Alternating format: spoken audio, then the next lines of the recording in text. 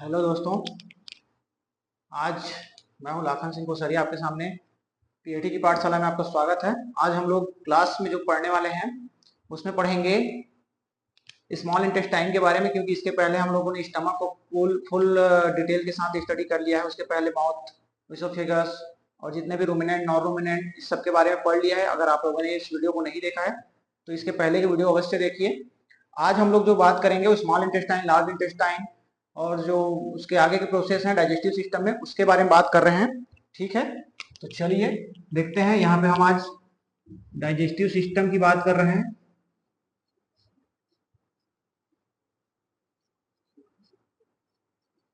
इसमें पाचन तंत्र, ठीक है, इसमें हम बात करेंगे आज स्मॉल इंटेस्टाइन, छोटी आंत के बारे में।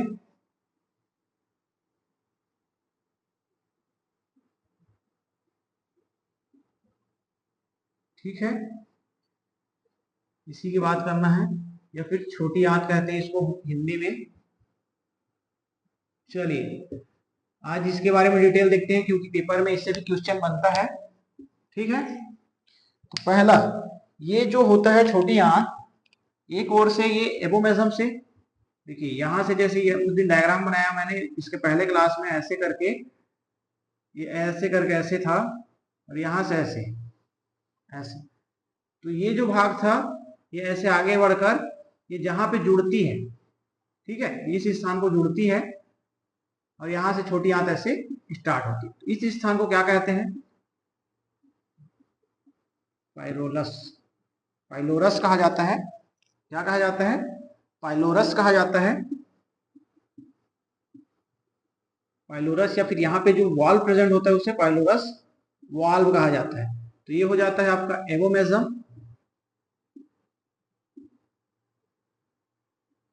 और इधर हो जाता है आपका स्मॉल इंटेस्टाइन। ठीक है, तो यहाँ पे लिखना हो तो इसको ऐसा लिख सकते हैं, छोटी आंत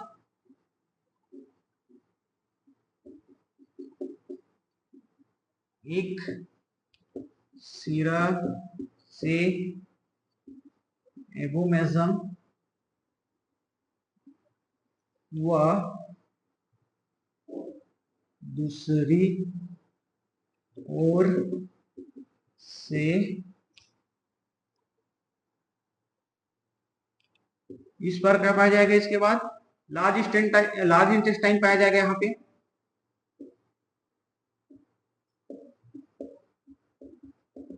ठीक है, और यहाँ पे जिस स्थान से जुड़ा होगा उस स्थान को क्या कहेंगे? सीकम कहा जाएगा। ठीक है, दूसरी ओर से बड़ी आंत के सीकम से जुड़ी होती है। ये तो बात होगी इसकी अवस्थिति, कहाँ पे ये स्थित है करके। ठीक है, तो एक ओर से ये बड़ी आंत से जुड़ी है, एक ओर से ये छोटी आंत से जुड़ी है, और सॉरी एबोमेसम से जुड़ी है। एबोमेसम से जहां पे जुड़ी है वहां पे पाइलोरस वाल्व पाया जाता है, और जहां पे बड़ी आंत से जुड़ी है उस स्थान को कहा जाता है? सीकम कहा जाता है। चलिए आगे बढ़ते हैं। इसमें अगर देखें छोटी आंत की लंबाई, लंबाई होती है इसकी 40 से 50 मीटर तक। कितनी? 40 से 50 मीटर।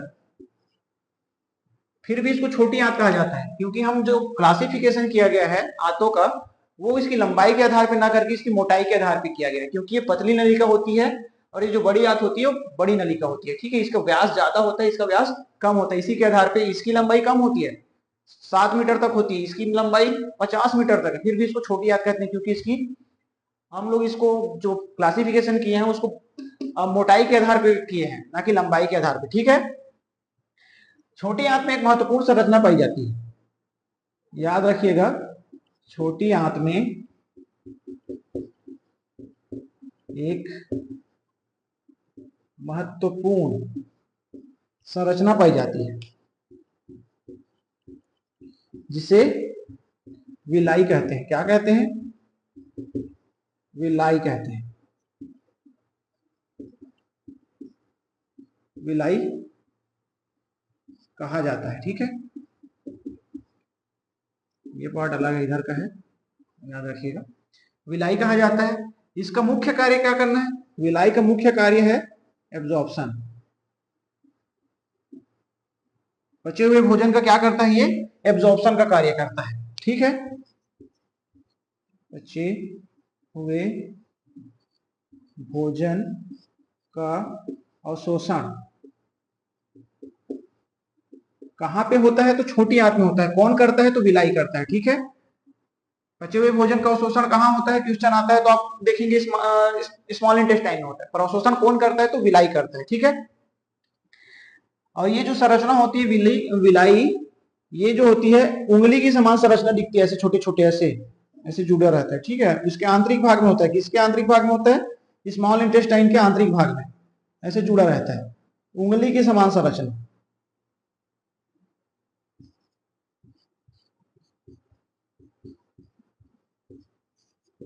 ठीक है, और ये कहां पे होती है, आंतरिक भाग में होती है, छोटी आंत के आंतरिक भाग में। कहां प्रेजेंट होती है, छोटी आंत के आंतरिक भाग में। चलिए आगे बढ़ते हैं, इसकी कैपेसिटी की बात कर ले छोटी आंत की, तो इसकी क्षमता कितनी होती है छोटी आंत की, उसको देखते हैं। तो इसकी क्षमता होती है 65 केजी तक की। कितनी होती है, इसकी कैपेसिटी जो होती है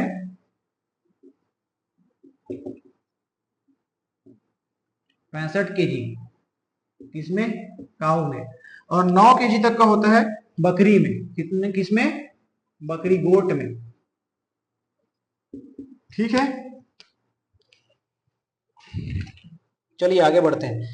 स्मॉल इंटेस्टाइन को 3 भागों में, मुख्य रूप से कितने भागों में बांटा जाता है, स्मॉल इंटेस्टाइन को मुख्य रूप से 3 भागों में बांटा जाता है। चलिए आगे देखते हैं, इसको 3 भागों में बांट देते हैं ऐसे, और ये तीसरा भाग।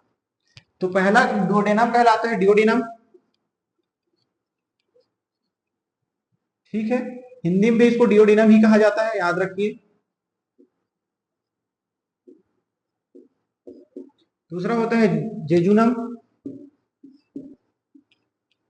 इसको मध्यांत्र कहा जाता है, या फिर जेजुनम कहा जाता है। इसका अंतिम भाग होता है इलियम।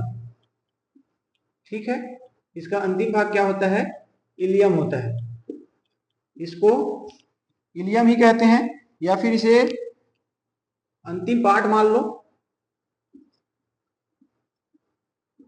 चलिए, तो जो आपका डुओडेनम होता है, ये पहला भाग है छोटी आंत का,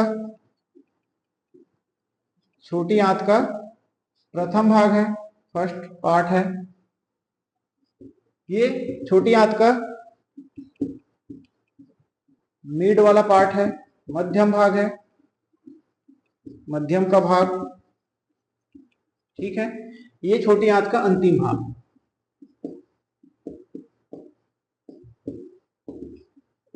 अंतिम भाग। ठीक है, चलिए अब अगला देखते हैं। तो ये जो आपका डेडुनम है ना, डिओडिनम, ये जो है इसमें एक ग्लैंड पाई जाती है। क्या ग्लैंड पाई जाती है, इसमें पाई जाती है ब्रूनर्स ग्लैंड। क्या पाई जाती है, ब्रूनर्स ग्लैंड। जो क्या करता है, ये ब्रूनर्स ग्लैंड जो होता है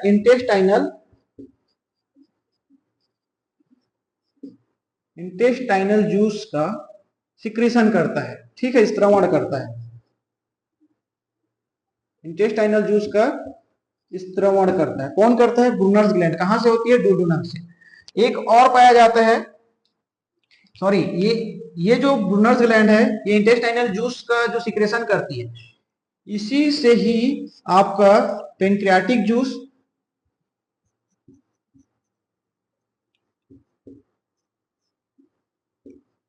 इसी को अग्नाशयी रस,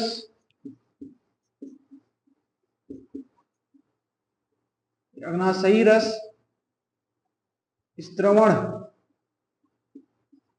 के लिए अग्नाशय को प्रेरित करता है। किसको, अग्नाशय को। ठीक है, इसी के द्वारा ही बाइल जूस, इसी को पित्तरस कहा जाता है। पित्तरस, पित्तरस के लिए लीवर को प्रेरित करता है, प्रेरित करता है। चलिए भाई भेजिए आप पित्तरस, हमको जरूरत है, तब हम डाइजेशन कर पाएंगे। तो ये सब काम कौन करता है? ड्यूडेनम करता है, ड्यूडेनम करता है। और ये इसमें एक जो ग्लैंड पाया जाता है ब्रूनर्स ग्लैंड, इसके द्वारा होता है, ठीक है, जो आपको पैंक्रियाटिक जूस और बाइल जूस को निकलने के लिए प्रेरित करता है, ठीक है। चलिए इसके आगे बढ़ते हैं। तो ये जो बता दिया कि जेजुनम जो होता है मध्य भाग होता है और इलियम जो है अंतिम भाग होता है, ठीक है। इसके बाद आगे पढ़ेंगे, जब वो पढ़ेंगे तो बाइल जूस को डिटेल पढ़ेंगे, पैंक्रियाटिक जूस को पढ़ेंगे कि क्या क्या होता है, कैसे होता है। अभी इतना आप छोटी आंत में देखिए, इसके आगे देखते हैं। चलिए बड़ी आंत, लार्ज इंटेस्टाइन,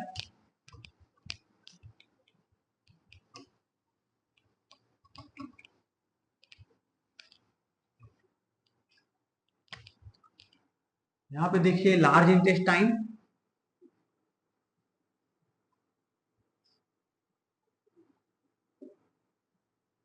ठीक है, बड़ी आंत कहते हैं।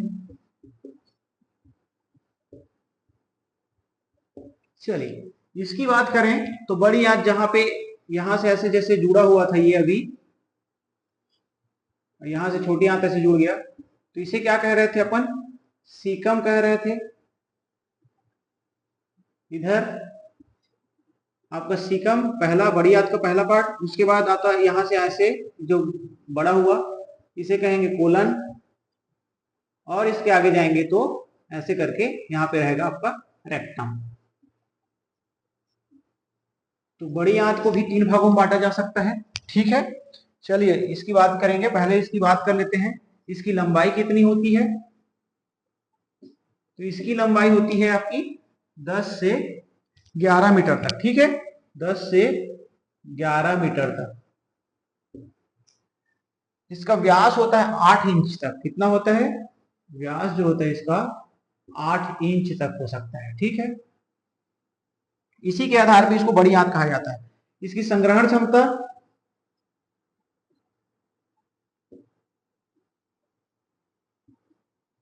इसकी संग्रहण क्षमता 28 केजी होती है गाय में, ठीक है। इसमें किसी प्रकार का कोई पाचक रस नहीं निकलता है, ठीक है, कोई पाचक रस नहीं निकलता है। चलिए आगे बढ़ते हैं। छोटी आंत में अवशोषण के उपरांत जो बचा पदार्थ होता है वो यहां आकर पूर्ण रूप से अवशोषण होता है, ठीक है। छोटी आंत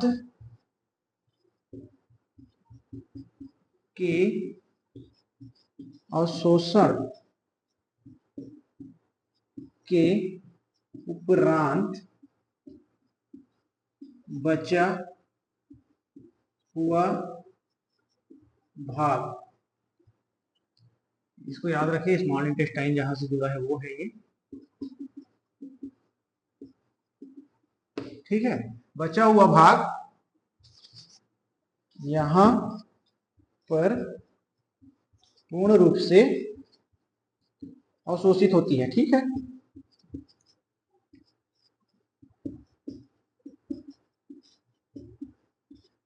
चलिए इसके आगे देखिए, इसमें सबसे अधिक अगर देखा जाए तो जल का अवशोषण बड़ी आंत में होती है, ठीक है। इस पॉइंट को आईएमपी डाल के लिख लीजिए, जल का अवशोषण, जल का अवशोषण बड़ी आंत में होती है। कहां पे होती है? बड़ी आंत में होती है, याद रखिएगा। उसके बाद जो भोजन बच जाता है, बचा हुआ भोजन, बचा हुआ भोजन को मल के रूप में निकाल दिया जाता है, गोबर के रूप में, ठीक है। तो बड़ी आंत का काम क्या है? जल का अवशोषण करना, पहला। भोजन जो बच के आया है उसको स्टोर करता है रेक्टम वाले स्थान पे, मलाशय वाले स्थान पे, इसको वो करेगा, स्टोर करता है। उसके बाद उसको मल के रूप में, गोबर के रूप में एनस से बाहर कर देता है। ठीक है, इसकी संग्रहण क्षमता 28 केजी होती है, इसका व्यास 8 इंच होता है, लंबाई 10 से 11 होता है, इसमें कोई भी पाचक रस नहीं भी निकलता है, याद रखिएगा, इसमें किसी प्रकार का पाचक रस नहीं निकलता है। ठीक है, इसके भी 3 पार्ट होते हैं, चलिए मैं बता देता हूँ कौन कौन सा है, जैसे कि यहाँ पे बता चुका हूँ। ठीक है, पहला सीकम, जहां पे छोटी आंत बड़ी आंत आपस में जुड़ते हैं, दूसरा कोलन, और तीसरा भाग होता है रेक्टम। ठीक है,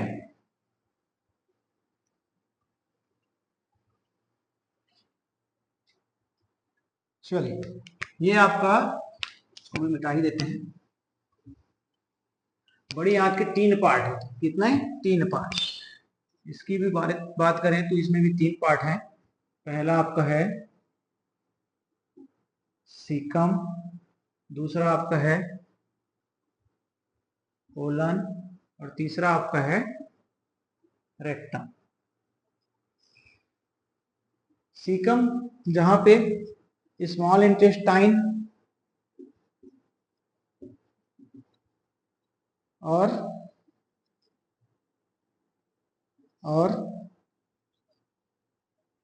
लार्ज इंटेस्टाइन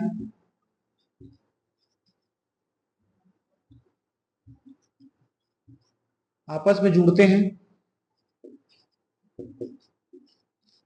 ठीक है, पशु हरा चारा चरते हैं जिसमें सेल्यूलोज पाया जाता है, तो सेल्यूलोज का पाचन के लिए फर्मेंटेशन जरूरी है, तो उसके लिए माइक्रो ऑर्गेनिज्म होते हैं।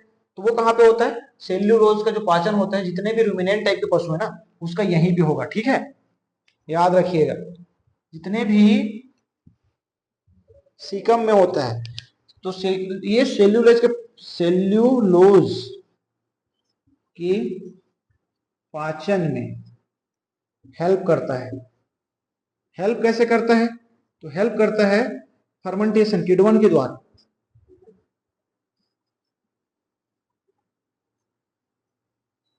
फर्मेंटेशन किण्वन के द्वारा,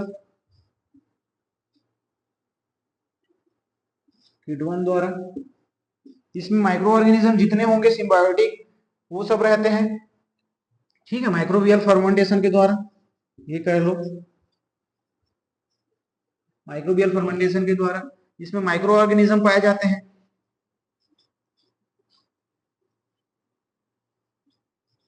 माइक्रो ऑर्गेनिज्म कौन कौन से होते हैं?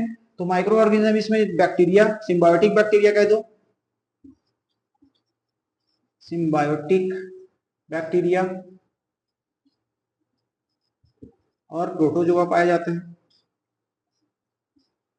ठीक है, ये मुख्य रूप से इतना ही काम करता है। कोलन क्या करता है? ये सीकम और जो आपका बड़ी आंत जहां पे मिला है ना, वहीं पे उपस्थित होता है। ठीक है, ये मुख्य रूप से पानी का अवशोषण कौन करता है? तो ये करता है। बड़ी आंत का कौन सा भाग अगर पानी का अवशोषण करता है? तो H2O का एब्जॉर्प्शन। ठीक है, कोलन करता है। और क्या करता है? ये सोडियम का एब्जॉर्प्शन करता है। किसका करता है? सोडियम का।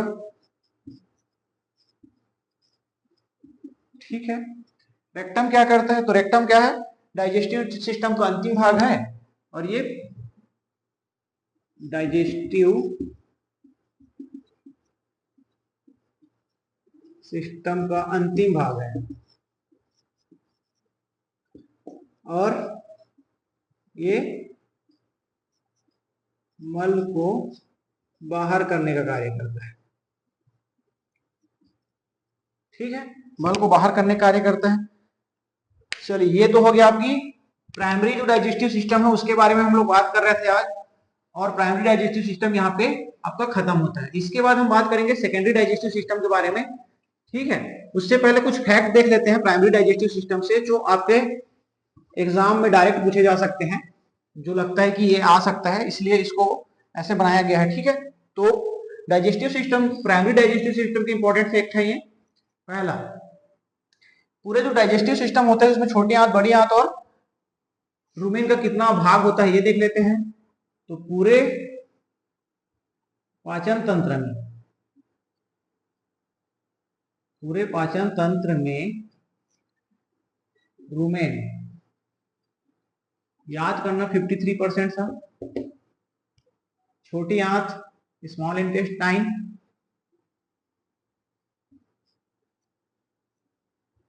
25% था, 20 से 25% मान लीजिए।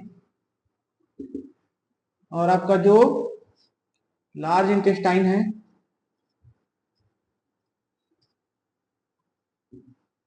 ये आपके कितना था, 11%। ठीक है, तो मुख्य रूप से ये जो तीनों होते हैं, रूमेन, स्मॉल इंटेस्टाइन और लार्ज इंटेस्टाइन, पूरे डाइजेस्टिव सिस्टम में ये मुख्य कार्य करते हैं। ठीक है, और जो नॉन रूमिनेंट, इसको भी याद रखिएगा, जो नॉन रूमिनेंट एनिमल होता है ना, उसमें जो सीकम होता है, सीकम वो अकेले से 8% भाग बनाता है। कौन सा? सीकम। ठीक है, चलिए आगे देखते हैं। जो रूमिनेंट जानवर है, नॉन रूमिनेंट जानवर है, उनके जो आमाशय हो कैसे होते हैं, तो रूमिनेंट और एक होता है नॉन रूमिनेंट।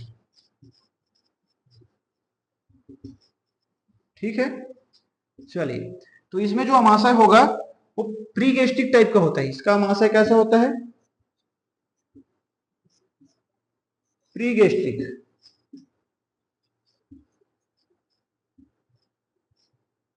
प्रीगेस्ट्रिक फर्मेंटेशन पाया जाता है इसके आमाशय में। ठीक है, और इसके आमाशय में जो नॉन रूमिनेंट होते हैं उनके आमाशय में पोस्ट गेस्ट्रिक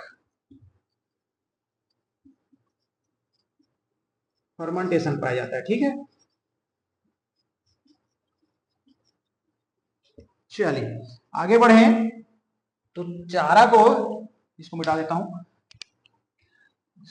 कोशिश कीजिए जो क्लास में भी पढ़ रहे हो यही यही याद हो जाए, आपको बार बार इसको फिर से वीडियो देखना ना पड़े। कोशिश कीजिए आप लोग लिखें और रिवीजन करें। ठीक है,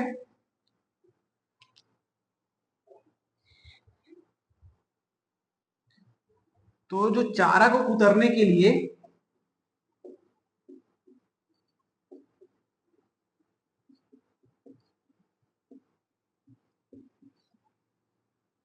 कौन सा दांत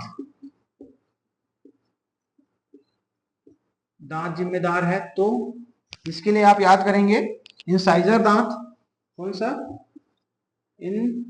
इंसाइजर दांत काम आता है। इंसाइजर दांत बिल्ली को, कुत्ता बिल्ली में, कुत्ते व बिल्लियों में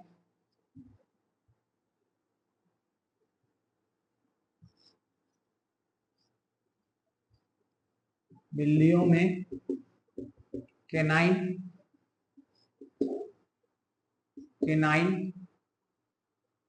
दांत का उपयोग करते हैं लोग काटने के लिए। ठीक है, एक रूमिनेंट फ्रूट बताया था, रूमेन में जो पाया जाता है उसमें माइक्रो ऑर्गेनिज्म की संख्या कितनी थी, तो याद कर लीजिएगा इसको भी। रूमिनेंट जो फ्लूइड था में माइक्रो ऑर्गेनिज्म की संख्या,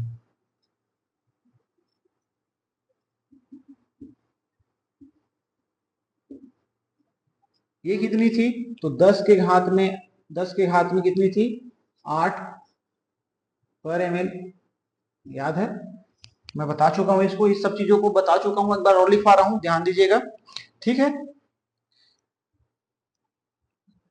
गाय और भैंस में अगर गोबर उत्पादन अधिक कौन करता है, तो भैंस करता है। ठीक है, भैंस गाय की तुलना में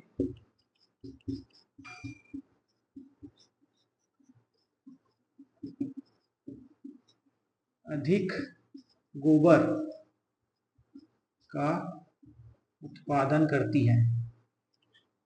ठीक है, और जो कार्बनिक पदार्थ होता है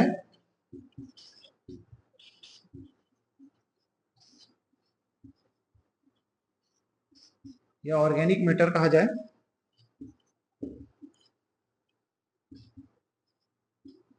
ये बकरियों के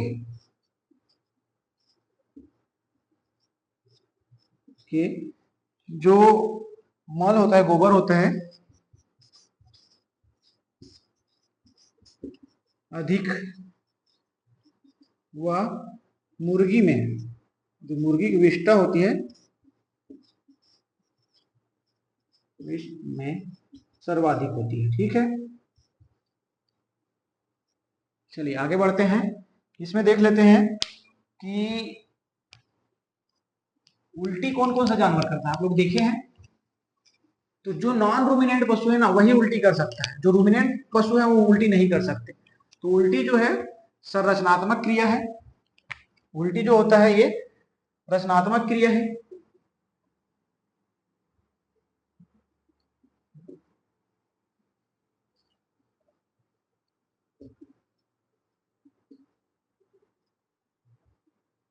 ठीक है, उल्टी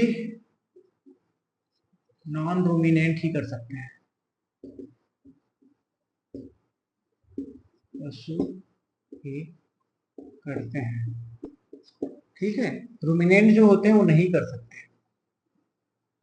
रूमिनेंट एनिमल्स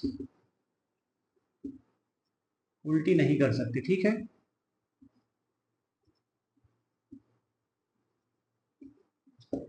चलिए ये तो हो गया आपका फैक्ट, इंपॉर्टेंट फैक्ट।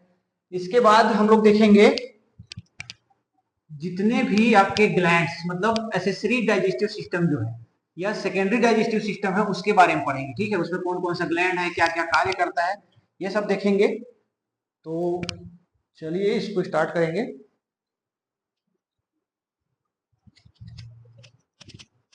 हेलो दोस्तों, स्वागत है पीडी की पाठशाला में। आज हम बात करेंगे सेकेंडरी डाइजेस्टिव सिस्टम के बारे में, जिसमें कौन कौन से ग्लैंड्स क्या क्या काम करते हैं, एसेसरी जो डाइजेस्टिव सिस्टम है उसके बारे में। ठीक है, चलिए आगे बढ़ते हैं।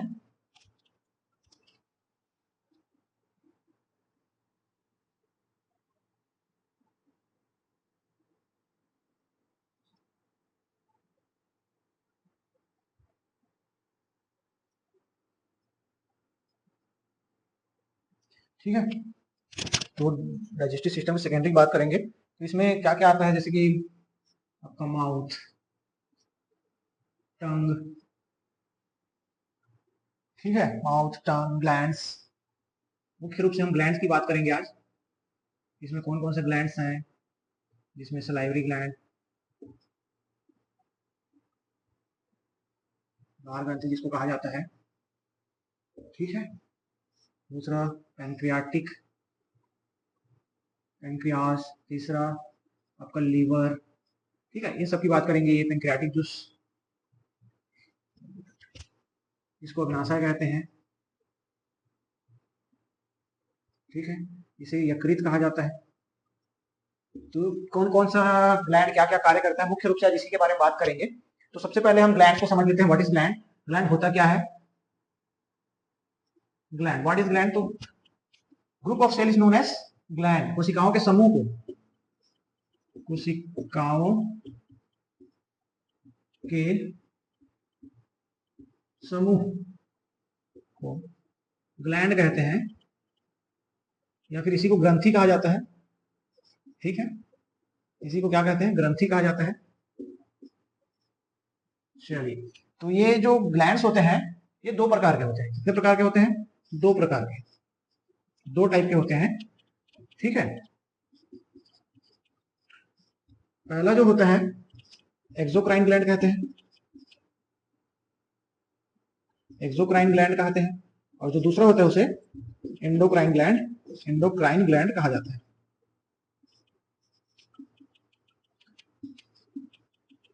ठीक है, चलिए आगे बढ़ते हैं। एक्सोक्राइन ग्लैंड क्या होता है? जिसमें कि डक्ट प्रेजेंट होता है। क्या होता है? डक्ट होता है, एक नली होती है। ठीक है, डक्ट प्रेजेंट होता है। दूसरा इसमें डक्ट लेस होता है। जो इंडोक्राइन ग्लैंड है डक्ट लेस होता है, सीधा सीधा इसमें जो भी सिक्रेशन होगा वो सीधा ब्लड में छोड़ दिया जाता है। इसमें डक्ट प्रेजेंट होता है, जहां पे काम है वहीं पे ले जाके जिस चीज की जरूरत है उस चीज को पहुंचाया जाएगा, उसको एक्सोक्राइन ग्लैंड कहते हैं। ठीक है, और जो एक्सोक्राइन ग्लैंड है ये एंजाइम सीक्रेट करते हैं। क्या करते हैं? एंजाइम करते हैं। और इंडोक्राइन जो ग्लैंड है वो हार्मोन सीक्रेट करते हैं। ठीक है, चलिए आगे बढ़ते हैं। एक मिक्स ग्लैंड होता है, तीसरा जो होता है मिक्स ग्लैंड, ये बोथ मतलब ये इंडो एक्सो दोनों की तरह कार्य करेंगे, इंडोक्राइन एंड एक्सोक्राइन, एक्सोक्राइन दोनों की तरह कार्य करते हैं। ये समय पड़ने पे एंडोक्राइन वाली सीक्रेशन करेंगे, उसके बाद जरूरत पड़ने पे एक्सोक्राइन वाली सीक्रेशन करेंगे, तो इसीलिए इसको मिक्स ग्लैंड कहा जाता है। इसका मुख्य उदाहरण है आपका पेंक्रियास, ठीक है। पेंक्रियास जो है मिक्स ग्लैंड का उदाहरण है। आपका ये एक्सोक्राइन का उदाहरण लीवर है, ठीक है, लीवर है, याद रखिएगा इसको। चलिए आगे बढ़ते हैं, एक एक करके देखते हैं कि कौन सा ग्लैंड क्या क्या कार्य करता है। सबसे पहले स्टार्ट करेंगे हम लीवर से, क्योंकि ये लीवर जो होता है बहुत इंपॉर्टेंट एक जूस या फिर रस निकालता है, जिसे कहा कहते हैं, बाइल जूस कहते हैं। तो लीवर से शुरू करेंगे। चलिए, लीवर, इसे यकृत कहा जाता है, ठीक है, यकृत कहते हैं। तो ये पशुओं के शरीर में सबसे बड़ी ग्रंथि है, इस बात को भी याद रखेंगे, सबसे बड़ी ग्रंथि है, ठीक है, सबसे बड़ी ग्रंथि पशुओं के शरीर में, सबसे बड़ी ग्लैंड। ये कौन सी ग्लैंड है? तो एक्सोक्राइन ग्लैंड है,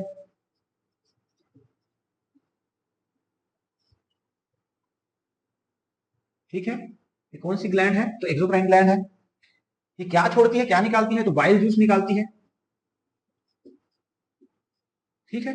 और बाइल जूस निकालती है, तो ये कहां से निकलता है बाइल जूस जो है? तो बाइल जूस जो है आपका हिपेटिक सेल से निकलता है। किससे निकलता है? हिपेटिक, हिपेटिक सेल से। ये बाइल जूस का सिक्रेशन कौन करता है? Hepatic cell. हेपेटिक सेल कहां पाई जाती है? यकृत में पाई जाती है, ठीक है।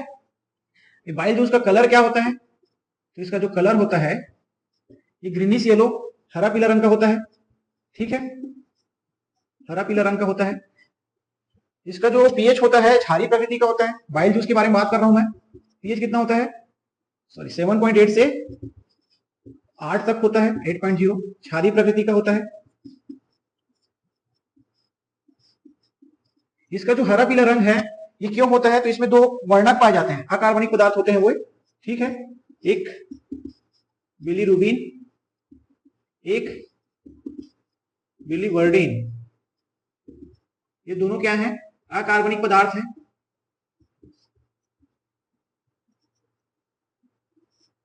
ठीक है। इसी के कारण इनका रंग होता है हरा या पीला कलर का हो जाता है, ठीक। चलिए आगे बढ़ते हैं। जो ये बाइल जूस निकलता है स्टोर कहां पे होता है? स्टोरेज कहां पे किया जाता है?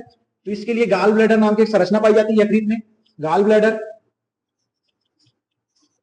इसी को पित्ताशय भी कहा जाता है। तो यहाँ पे क्या होती है? इस स्थान पे ये पित्त रस स्टोर होता है, निकलते जाता है, निकलते जाता है, उसके बाद यहाँ पे स्टोर किया जाता है। जो लीवर होता है, लीवर में कुफर्स, क्या कुफर सेल्स पाया जाता है। वो क्या काम करता है बता रहा हूं मैं। कुफर सेल्स प्रेजेंट होते हैं। ये जो है ना, ये जीवाणुओं का भक्षण करते हैं। जो भी मतलब लीवर को या शरीर को हानिकारक हानि पहुंचाने वाले जो जीवाणु हो जाएंगे, जैसे कोई अल्कोहल ड्रिंक विंक करते हैं तो उनके से जो नुकसान होगा, या कोई दवाई खाते हैं तो उससे जो नुकसान होगा, उसको ये कुफर सेल्स में जो वो पाया जाता है ना, कुफर सेल्स पाया जाता है लीवर में, वो जीवाणुओं का भक्षण करने का कार्य करता है, ठीक है। आपको प्रश्न पूछ दे जीवाणुओं का भक्षण कौन करता है लीवर में करके, तो आप क्या कहेंगे? कुफर सेल करता है। और बाइल जूस का सिक्रेशन कौन करता है? तो आप कहेंगे हिपेटिक सेल करता है, ठीक है। दो प्रकार के सेल से मिलकर बना हुआ है लीवर, एक हिपेटिक सेल और एक कुफर सेल, ठीक है। चलिए आगे बढ़ते हैं।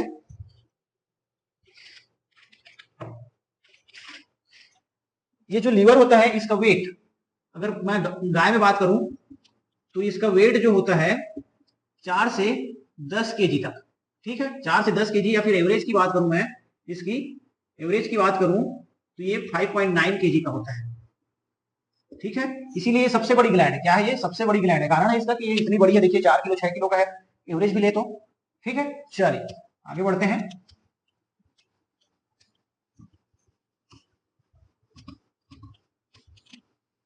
जो बाइल जूस होता है उसके हम लोग फंक्शन देखेंगे, क्या क्या कार्य करता है, ठीक है। फंक्शन ऑफ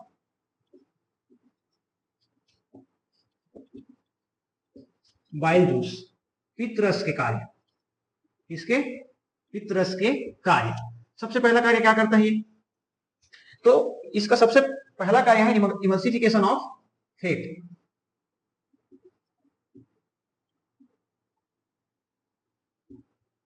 ये फेट मतलब वसा का क्या करता है, पाइसीकरण करता है। पाइसीकरण मतलब उसको तोड़ने का कार्य करता है, ठीक है। इमल्सिफिकेशन ऑफ फेट या फिर पाइसीकरण कहते हैं, इसी को याद रखिएगा, बहुत इंपॉर्टेंट है ये पाइसीकरण। पाइसीकरण किसके द्वारा किया जाता है, तो बाइल जूस के द्वारा किया जाता है, ठीक है। बाइल जूस में किसी प्रकार का कोई एंजाइम नहीं होता है, कोई एंजाइम नहीं होता, ठीक है। चलिए आगे बढ़ते हैं। ये जो फैट सॉल्युबल, कौन कौन सा फैट सॉल्युबल जो विटामिन है, जैसे ए डी ई के, ये जो चारों विटामिन है इनके ना एब्जॉर्प्शन में हेल्प करता है। क्या करता है, इनके एब्जॉर्प्शन में हेल्प करता है, ठीक है। कौन करता है, कौन करता है कहा जाए तो आपको पता होना चाहिए, आपको बाइल जूस करता है, ठीक है। चलिए इसी प्रकार हम लोग अगर लीवर की बात करें तो लीवर का क्या क्या कार्य है इसको भी देख लेते हैं, ठीक है। तो लीवर के कार्य में सबसे पहले इसमें ग्लाइकोजन को स्टोर करता है, ठीक है। ग्लूकोज को ग्लाइकोजन के रूप में स्टोर करता है, ठीक है। कौन करता है, तो लीवर करता है। जब हम लोग उपवास रहते हैं या फिर कुछ दिनों तक भोजन नहीं मिलता तो यही ग्लाइकोजन वापस से हमें टूटकर ग्लूकोज में फिर वापस टूट जाता है और मिल जाता है, इसीलिए हमको शरीर 21 दिनों तक मेंटेन कर लेता है ये ग्लाइकोजन के रूप में जो स्टोर रहता है, ठीक है। हमें पानी मिलते रहे तो हम जीवित रह सकते हैं 21 दिनों तक, भोजन ना भी मिले, ठीक है। ये क्या करता है, जो हार्मफुल हमारे शरीर में अमोनिया होता है उसको यूरिया में कन्वर्ट करता है, ठीक है। जो NH4 रहता है ना उसको यूरिया में कन्वर्ट करने का कार्य करता है। कौन करता है, तो लीवर करता है। और क्या करता है लीवर, ये एम्ब्रियो स्टेज में आरबीसी का फॉर्मेशन करता है। जो हम एम्ब्रियो स्टेज में ना, एम्ब्रियो स्टेज में पेट में बच्चा होता है तो आरबीसी का निर्माण करने का कार्य करता है। कौन करता है, तो आपका लीवर करता है। चलिए इसके और भी कार्य है, देखते हैं आगे। ऊपर का मिटा देता हूं,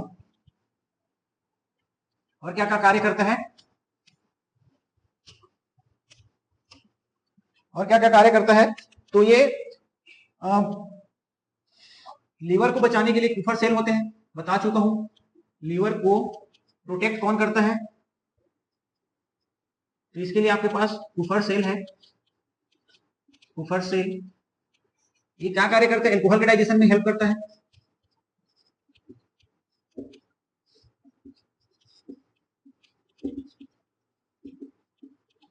इसीलिए डॉक्टर लोगों के पास जब जाते हैं तो बोलते हैं ना कि अधिक जो शराब पीते हैं या फिर दारू पीते हैं उन लोगों को क्या कहते हैं कि हाँ आपका लीवर जो है फैटी हो चुका है, आपका लीवर बड़ा हो रहा है, आप शराब छोड़ दीजिए करके, ठीक है। जो ये बाइल जूस होता है ना, बाइल जूस, ये जो बाइल जूस होता है ये एक बीमारी के लिए बहुत जिम्मेदार है। अगर अधिक मात्रा में बनना चालू हो जाए तो पीलिया हो जाता है, ठीक है। पीलिया, इसी को जॉन्डिस कहा जाता है।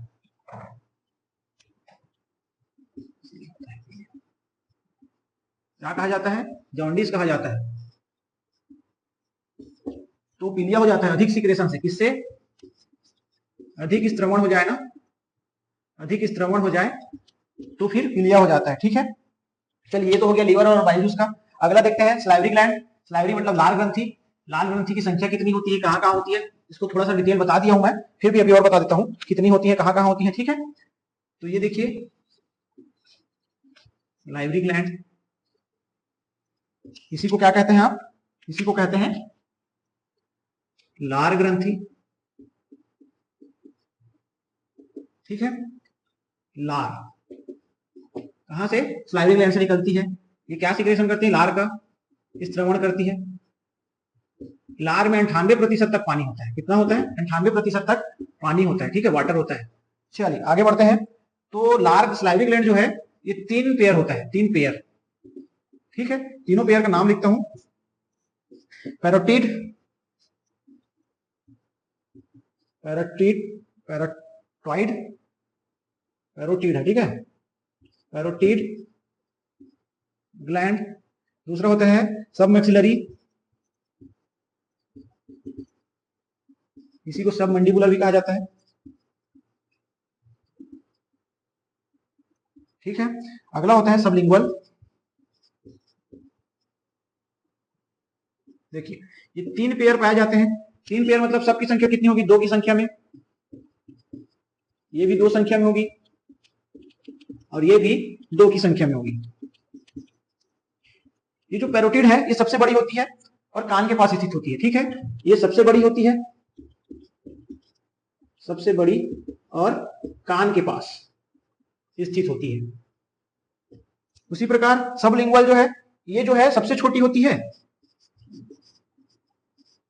वह सबसे छोटी होती है, वह जीभ के नीचे स्थित होती है। अब रह गया बात सब मैक्सिलरी या सब मैंडिबुलर की। तो ये जो होती है सबसे अधिक श्रवण करती है। सबसे अधिक श्रवण कौन करता है? तो सब मैंडिबुलर, ठीक है। श्रवण लगभग दिन भर में लार जो है पशुओं का बता रहा हूं मैं, लगभग 100 लीटर 7 से 8 लीटर श्रवण करते हैं पर डे। चलिए इस डाटा को कंफर्म करके बताऊंगा, मत लिखिए, इसको देखा जाएगा, ठीक है। सबसे अधिक श्रवण करती है, 98% तक इसी के द्वारा किया जाता है, ठीक है। और ये कहां पे स्थित होती है? निचला जबड़ा के पास।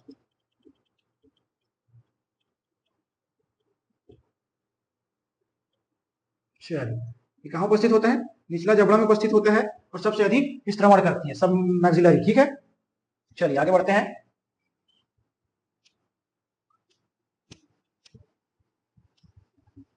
अगला है तीसरा, क्या है? पैंक्रियास, अग्नाशय जिसे कहा जाता है, ठीक है।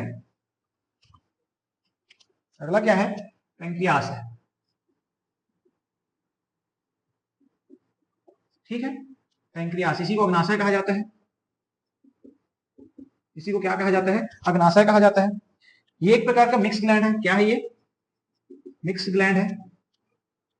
मिक्स ग्लैंड मतलब ये एक्सो की तरह भी कार्य करेगा, एक्सोक्राइन, और दूसरा आपका इंडोक्राइन की तरह भी कार्य करेगा, ठीक है। चलिए इसका जो साइज होता है पशुओं में 300 से 500 ग्राम तक का होता है। कितना होता है ये? इसका वेट, पशुओं में इसका वेट होता है 300 से 500 ग्राम तक, ठीक है। ये पैंक्रियाज है। और बकरियों में 50 से 70 ग्राम तक। ये काऊ की बात हो गई। और बकरियों में 50 से 70 ग्राम तक, इसमें गोट में। इसको भी याद रखिएगा, पूछ सकता है, ठीक है।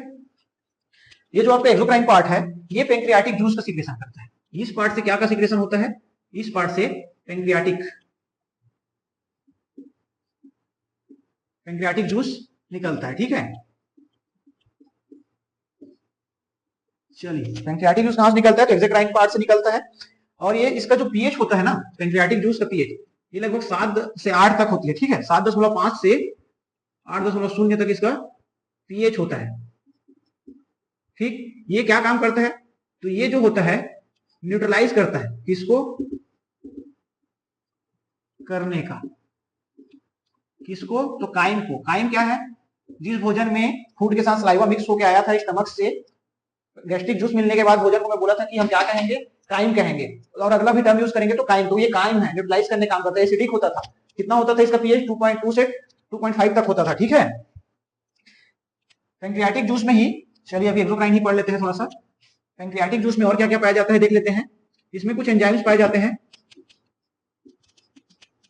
इसी में पैंक्रियाटिक जूस की बात कर रहा हूं तो एक्सोक्राइन पार्ट से ही एंजाइम्स प्रेजेंट होते हैं। कुछ एंजाइम्स हैं जैसे कि ट्रिप्सिन,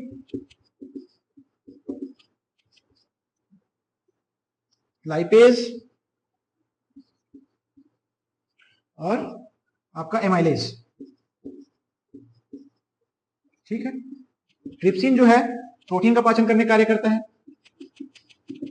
प्रोटीन का पाचन कौन करता है? ट्रिप्सिन करता है। लाइपेज क्या कार्य करता है? तो फैट का पाचन करता है। फैट का पाचन कौन करता है? लाइपेज करता है। कार्बोहाइड्रेट का पाचन कौन करता है? एमाइलेज करता है। याद कर लीजिएगा इसको। कार्बोहाइड्रेट का पाचन कौन करता है? तो एमाइलेज करता है, लाइपेज। ट्रिप्सिन प्रोटीन का है, लाइपेज फैट का है, माइलेज कार्बोहाइड्रेट का। इतना याद रखना पड़ेगा आपको कि हाँ इसमें जो एंजाइम पाए जाते हैं वो किसका किसका क्या पाचन करता है। ये तो हो गया एक्सोक्राइन पार्ट का, एक्सोक्राइन पार्ट से निकल रहा था पैंक्रियाटिक जूस। थोड़ा सा देख लेते हैं इंडोक्राइन, इंडोक्राइन पार्ट से क्या निकलता है। ये मिक्स ग्लैंड है तो ठीक है, तो पेंक्रियाज के मिक्स ग्लैंड में से इंडोक्राइन वाले पार्ट से अब क्या निकलता है, इंडोक्राइन ग्लैंड से। ठीक है, इंडोक्राइन ग्लैंड से क्या निकलता है, सबसे पहले इसको देखिए। इंडोक्राइन सेल जो है एक कोशिकाओं के समूह से बना होता है जिसे आइलैंड ऑफ लैंगरहैंस या लैंगरहैंस का द्वीप कहा जाता है। कोशिकाओं के समूह, कोशिकाओं का समूह पाया जाता है। ठीक है, ये ऐसा लिख लीजिए, जिसे क्या कहते हैं, आइलैंड ऑफ लैंगरहैंस या फिर लैंगरहैंस का द्वीप कहा जाता है। ठीक है, ये जो होता है लैंगरहैंस का द्वीप, यहां देखिए लैंगरहैंस का जो द्वीप है ये क्या है, ये 3 सेल से मिलकर बना है। एक अल्फा सेल, एक बीटा सेल और अगला गामा सेल। ठीक है, देखिए ये जो लैंगरहैंस का द्वीप है वो 3 सेल से मिलकर बना है, अल्फा सेल, बीटा सेल और गामा सेल। ये जो अल्फा सेल है ये क्या करता है, हार्मोन, ये जो लैंगरहैंस का द्वीप है यहां से क्या निकलता है, मेनली हार्मोन निकलता है। इंडोक्राइन है तो हार्मोन ही निकलेगा, एक्सोक्राइन होता तो वहां से एंजाइम निकलता। तो अल्फा सेल से कौन सा हार्मोन निकलता है, ग्लूकागोन निकलता है। कौन सा हार्मोन, हार्मोन ग्लूकागोन। और ये क्या कार्य करता है, तो ये ग्लूकागोन जो होता है आपका शुगर लेवल को, जो ब्लड में ना, ब्लड में शुगर लेवल को बढ़ाता है, लेवल को बढ़ाने का कार्य करता है। कौन, ग्लूकागोन। ठीक है, बीटा सेल क्या करता है, ये जो होता है इंसुलिन हार्मोन का, हार्मोन कौन सा, इंसुलिन का स्त्रावण। ठीक है, ये क्या करता है, ब्लड में शुगर लेवल को कम करने का काम करता है।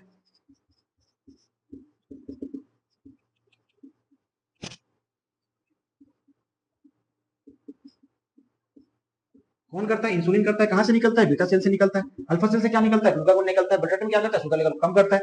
लैंगरहैंस का जो द्वीप होता है इसमें कितने सेल पाए जाते हैं, 3 सेल पाए जाते हैं, अल्फा, बीटा और गामा।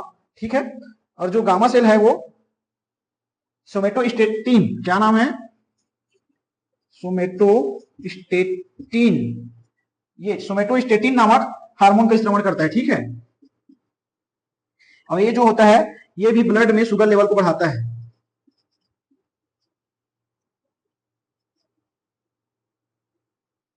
ब्लड में शुगर लेवल को बढ़ाने का कार्य करता है। ठीक है, सामान्य स्तर में अगर ब्लड में देखें तो शुगर लेवल कितना होता है, ब्लड शुगर 80 से 100, ठीक है, ग्राम पर 100 ml, 80 से 100 मिलीग्राम पर 100 ml ऑफ ब्लड। ठीक है, चलिए ये तो हो गया आपके पैंक्रियाज की बात। आगे देखते हैं, एक सेकेंड।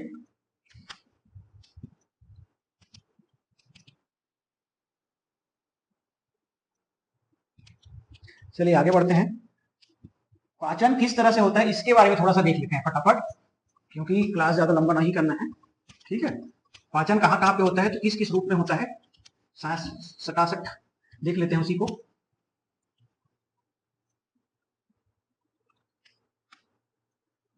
देखिए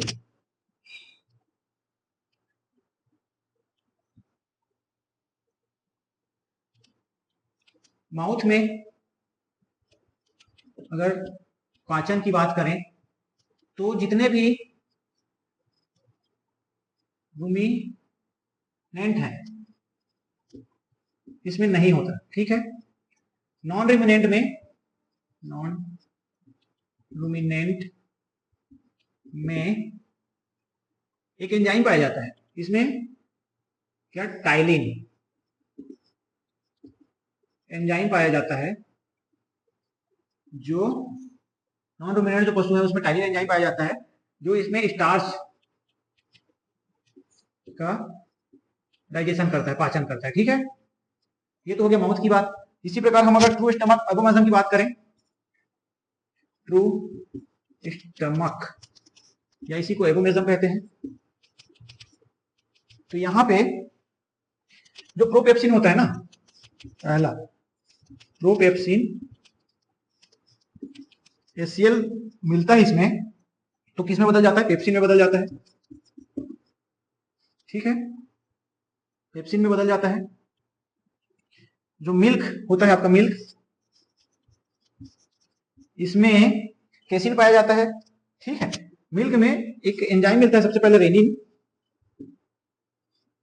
रेनिन, तो रेनिन एंजाइम के मिलने से ये जो है दूध जो है दही बदल जाता है, कोगुलेटेड हो जाता है। क्या हो जाता है? स्कंदन हो जाता है इसका। ठीक है, किसकी वजह से? रेनिन की वजह से। रेनिन एंजाइम पाया जाता है।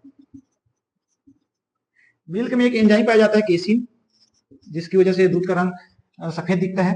तो इसी की वजह से इसमें जो रहता है कैल्शियम पैराकेसिनेट में बदल देता है। रेनिन जो होता है इसको क्या, केसिन को किसमें? कैल्शियम पैराकेसिनेट में बदल देता है। और क्या होता है, यहाँ पे प्रोटीन का भी डाइजेशन होता है। प्रोटीन को किसमें बदल देता है? पेप्टाइड में बदल देता है। कौन बदलता है? तो पेप्टाइड में पेप्सिन बदल देता है। ठीक है, ये तो हो गया स्टमक में डाइजेशन की बात। ये हुआ माउथ में। रुमिनेंट्स में नहीं होता है माउथ में किसी प्रकार का डाइजेशन। कहां पे हो रहा है? ट्रू स्टमक से स्टार्ट होता है। देखते हैं आगे स्मॉल इंटेस्टाइन में कहां पे क्या क्या होता है। ठीक है, डाइजेशन। चलिए आगे बढ़ते हैं। स्मॉल इंटेस्टाइन, चलिए स्मॉल इंटेस्टाइन में दो प्रकार का, इसमें तो पैंक्रियाटिक जूस आ रहा है। तो पैंक्रियाटिक जूस क्या करता है ये देखते हैं पहले। पैंक्रियाटिक जूस आया तो ये क्या किया? ट्रिप्सिनोजेन, क्या था? प्रोट्रिप्सिनोजेन।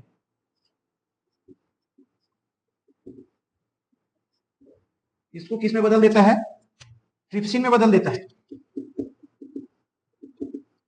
यहां पे एंटेरो काइनेज एंजाइम के साथ उपस्थिति में। ठीक है, अब एंटेरो काइनेज एंजाइम कौन निकालता है? Small intestine. ठीक है, चलिए अगला देखते हैं। उसके बाद जो प्रोटीन होता है उसको ट्रिप्सिन क्या करता है? प्रोटीन को ट्रिप्सिन जो रहता है ये पेप्टाइड में बदल देता है। पेप्टाइड में बदल देगा। पेप्टाइड को कार्बोक्सी पेप्टिडेज जो रहता है, ये जो पेप्टाइड है इसको कार्बोक्सी पेप्टिडेज, ये जो एंजाइम होता है ये पेप्टाइड को एमिनो एसिड्स में बदल देता है। ठीक है, स्टार्च को माल्टोज में बदल दिया जाता है। स्टार्च को किस में बदल देते हैं? माल्टोज में बदल देते हैं। कौन बदलता है? तो ये माइलेज एंजाइम बदल देता है। ठीक है, लिपिड्स को फैटी एसिड में बदल देते हैं। किसमें बदलते हैं? फैटी एसिड्स में। ये सब कहां पे हो रहा है? स्मॉल इंटेस्टाइन में हो रहा है, याद रखिएगा। ठीक है, सेल्यूलोज का पाचन कहां पे हो रहा है? तो याद रखने वाली बात ये है, सीकम में। सेल्यूलोज का पाचन कौन करता है? तो सीकम करता है, हेल्प करता है सीकम। ठीक है, चलिए यहाँ पे ये आपका डाइजेस्टिव सिस्टम ओवर होता है। इसमें कुछ फैक्ट हैं, एक दो लाइन का लिख लीजिए, आपके भविष्य में काम आएगा। क्योंकि अभी पेपर का कुछ कहा नहीं जा सकता कैसे आएगा, पैटर्न बदल गया है पिछले साल से। एक शब्द है कैप्रोफेजी, सॉरी कार्पोफेजी। ये कैसे जीव होते हैं? जो अपने ही मल को